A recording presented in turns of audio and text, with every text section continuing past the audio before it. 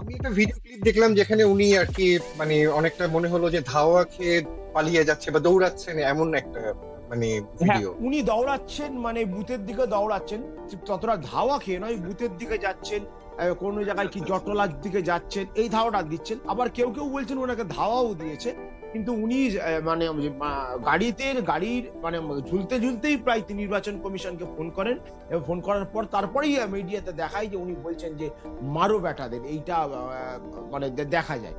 যদিও উনি যেটা বলেছেন, মানে মিডিয়াতে উনি পরিষ্কার বলছেন যে আমাকে অ্যাটাক, কিন্তু উনাকে কোনোভাবেই কোনো অ্যাটাক করা হয়নি, বিশেষ করে শারীরিকভাবে অ্যাটাক তো করাই হয়নি।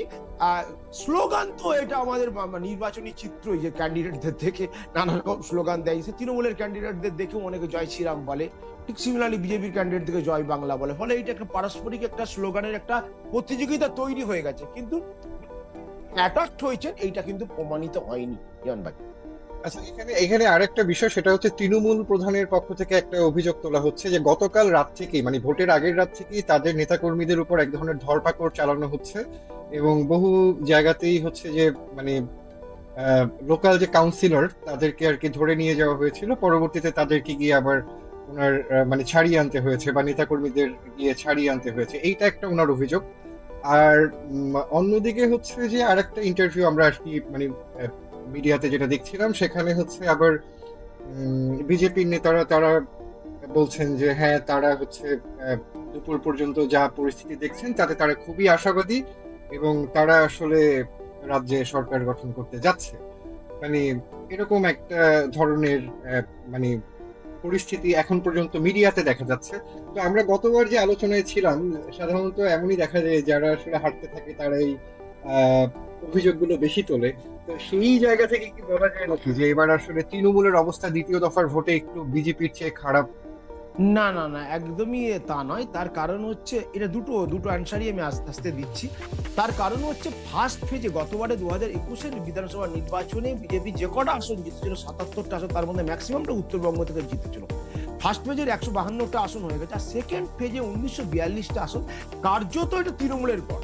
তার মধ্যে ধরো 31টা আসন দক্ষিণ চব্বিশ পরগনা, 33টা আসন উত্তর চব্বিশ, 31টা আসনের গতবারে 2021-এর বিধানসভা নির্বাচনে মানে 31টা আসনের মধ্যে 31টাতে শূন্য পেয়েছিল বিজেপি। হাওড়া জেলা 16টাতেই শূন্য পেয়েছিল বিজেপি। কলকাতার 11টার মধ্যে শূন্য পেয়েছিল বিজেপি।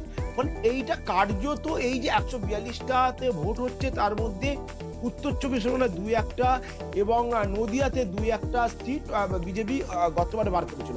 এবার আপনার প্রথম প্রশ্নের উত্তরটা দিচ্ছি, যে মমতা ব্যানার্জি যে অভিযোগটা করেছে, এই অভিযোগটা যথার্থ অভিযোগ। কেন যথার্থ অভিযোগ? এটাতে একটা প্র্যাকটিক্যাল কারণ আছে। তার কারণ হচ্ছে, এখানে মানে সাংগঠনিকভাবে তৃণমূল অনেক বেশি শক্তিশালী। একটা ভোট করাতে গেলে, পার্লামেন্টারি ডেমোক্রেসি এবং সংসদীয় গণতন্ত্রের ভোট করাতে গেলে একটা মানে ভোট কর্মীদের প্রয়োজন হয়, বুথ লেভেলের এজেন্ট প্রয়োজন হয়। বহু জায়গায় বিজেপি তাদের বুথ এজেন্ট দিতে পারছে না, ফলে তৃণমূলের ম্যাক্সিমাম মানে কর্মীরা তৃণমূলেরই। আর বিজেপি ভোট করাচ্ছে নির্বাচন কমিশন এবং একটা মানে বিরাট বড় কেন্দ্রীয় বাহিনী। ফলে এই জায়গায় দাঁড়িয়ে বিজেপির স্ট্র্যাটেজিক্যাল একটা জায়গা নিয়েছে। যদি আমরা তৃণমূলের কর্মী এবং এজেন্ট যারা, তাদেরকে যদি একটা অ্যারেস্ট করে একটা ভয়ের পরিস্থিতি তৈরি করতে পারি, তাহলে অনেক ক্ষেত্রেই তারা এই জায়গাটা অনেকটা পজিটিভ জায়গায় চলে যাবে। ফলে মমতা যে অভিযোগটা করছে, সেটা যথার্থ অভিযোগ, এটা হয়ে থাকেই।